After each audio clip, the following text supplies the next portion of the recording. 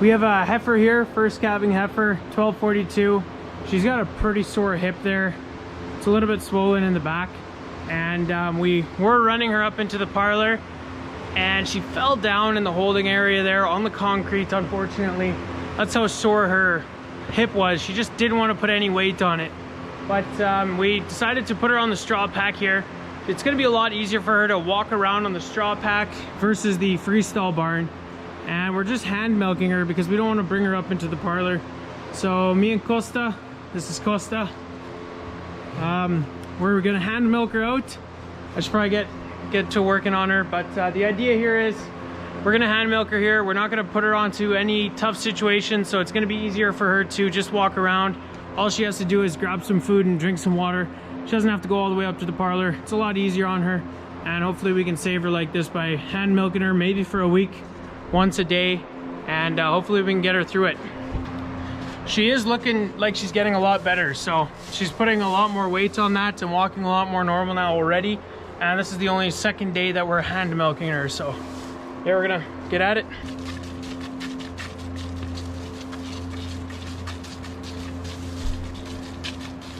Alright, who first died? What's that? Who first died? We stop. Probably me. No. Soviet Union, maybe 30 years ago, everybody do milking like this because nobody robot, nobody mechanism. And my grandmother and milking twice for day, morning and afternoon. So your grandma did this twice a day? Oh yeah. That's crazy. She have three cows. 3 cows twice a day.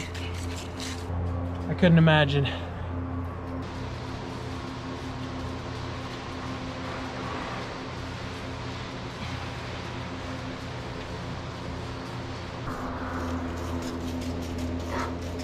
So the way you just do this, you kind of pinch the top of the teat off and then squeeze it out over and over and over and over again. It takes quite a long time.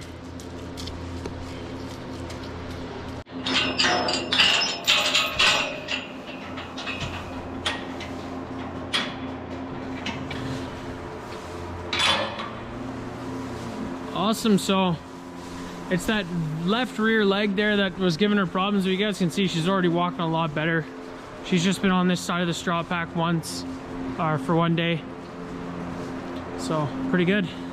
We'll do this for however long it takes, kind of. It might take a week, it might take 2 weeks. We'll definitely leave her on the straw pack before putting her in the barn there, probably for a couple weeks.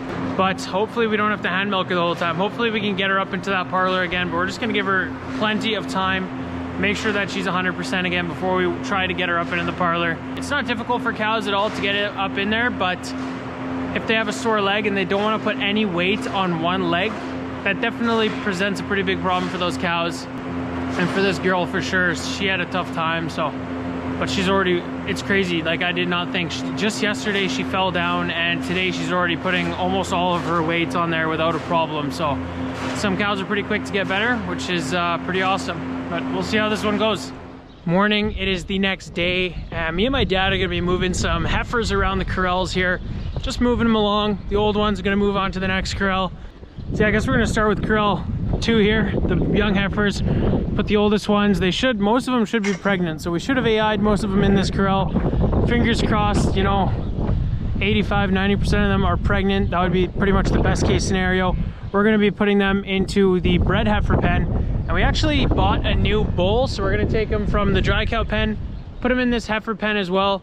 And he's just our cleanup bull. So we tried to AI all of the first heifers. The first 3 times we'll try AIing them, and then if we don't seem to get them pregnant, maybe we couldn't AI them good enough, or for whatever reason they didn't get pregnant. There'll be a bull in this corral to make sure that they get pregnant. And that's what we're gonna be starting out with this morning. Then we're gonna move some heifers that are in corral 3 there. We're gonna put them into corral 2.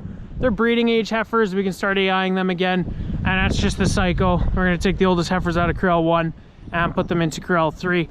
So yeah, that's what we're starting out with this morning. My dad is just grabbing the case loader. He's grabbing a bucket of sand, and he's just gonna sprinkle it on this drive-through here. It's been packed down so much by the feed wagon and the tractor. It's literally just ice So we don't want cows slipping on this stuff. So we're gonna sprinkle a bit of sand here, give them a bit of grip. We don't want animals falling on ice. That's pretty painful for them and they can hurt themselves. So we're just gonna put some grippy stuff down here and then we'll get started chasing cows.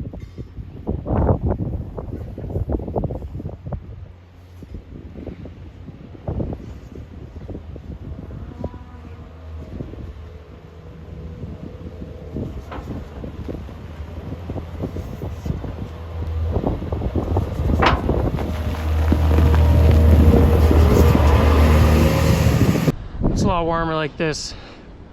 So yesterday we locked up these head lockers here and took the collars off of every single cow in here except for 2. One of them is too young. We're gonna leave her in. Oh, you can see her right there.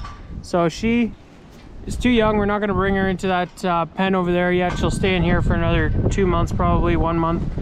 And the only other heifer in here that didn't lock up is the one red cow.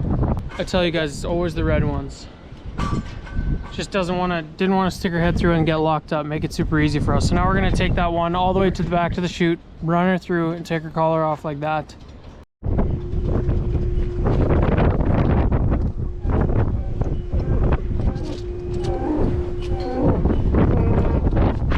we go.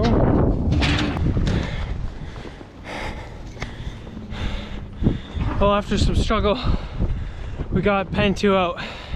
Now they're going into pen 7, so they didn't want to come out easy. Sometimes it's hard to get them back in their pen, sometimes it's hard to get them out, you never know. And this one here, she's psycho. Unreal. Hey, hey. Hey, hey, come on ladies. You.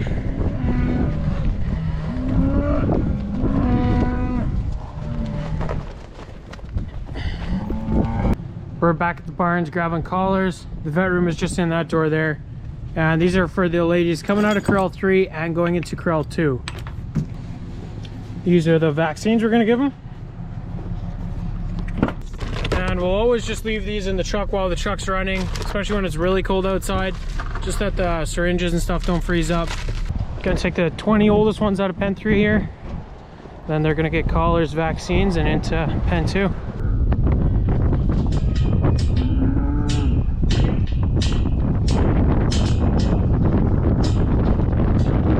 You can see there's a number. The last 5 digits to this number are what we're going to enter in the computer for that cow's profile, and then it'll link this collar up to her. So we got to write down those 5 last numbers and the cow's number so we can enter it in the computer later.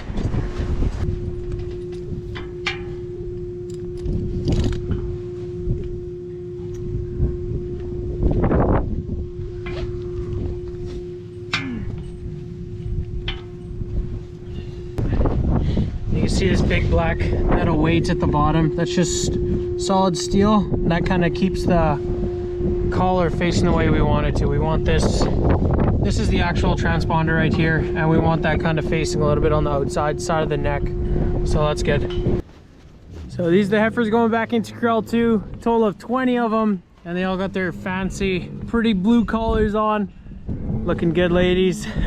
So yeah, they're breeding age now, and that's why we're putting the collars on there. Those are heat detection collars. So if they're gonna run around a lot and ride each other, that's how we know they're in heat. These collars are gonna let us know on our computer that they're in heat because it's gonna sense how much they move around the corral.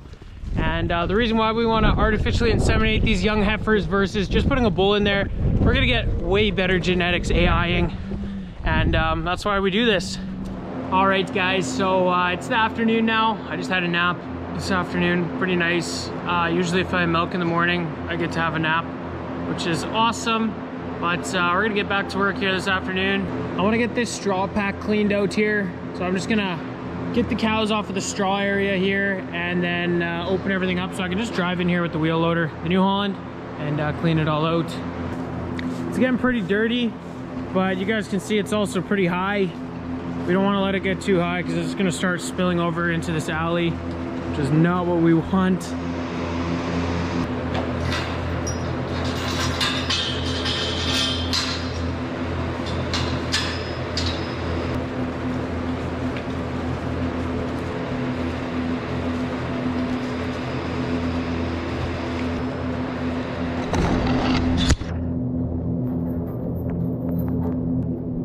cows are so rude. Just taking my GoPro, throwing it in the crap all the time. Unbelievable. Just hopped in loader in the shop here. That's how much room we have backing out now, because we want to put as much equipment as we possibly can in the shop. So we've got the loader, the feed wagon, and this loader in here. It's a tight squeeze, but it definitely pays off keeping everything warm. So pretty simple, straw packs right in front of us there. I'm gonna scoop it out, and we do have a pile right here, but that's mostly from the calf barn and from the alleys in these straw packs. So we don't want to dump it all there though, because that is way too much. We're gonna drive it all the way to the back to the other pile. We just want to keep it clean. I'm gonna try to spill the least amount possible, because I need to clean everything up that I spill between the barn and that pile. Anything I drop on this path, it's gonna be extra work for me. So we're gonna try and take it really easy. Make sure we're grabbing good buckets, and it doesn't take long at all to empty one of these straw packs. Just a little while, probably half an hour tops of driving back and forth.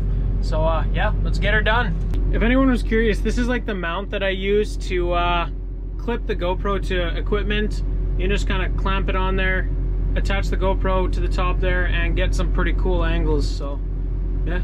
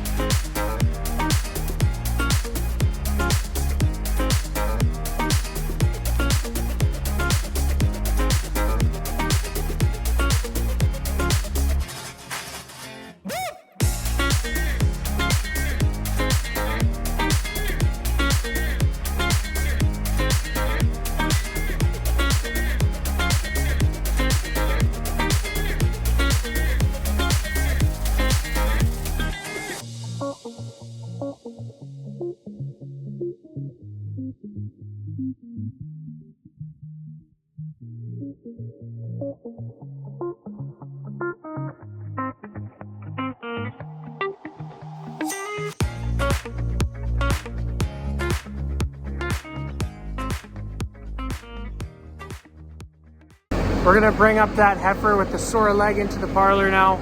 This is the 4th day she's been on the straw pack, and she's walking almost completely normal now. So yeah, hopefully it should go good. I don't see why it wouldn't go good. She's a lot better than when we put her on this straw pack. So that's her right there with the red bands on. She's just walking completely normal pretty much, so that's awesome.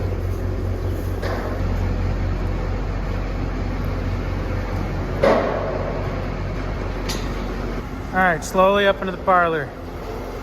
Let's go, lady. You can do it. Hey.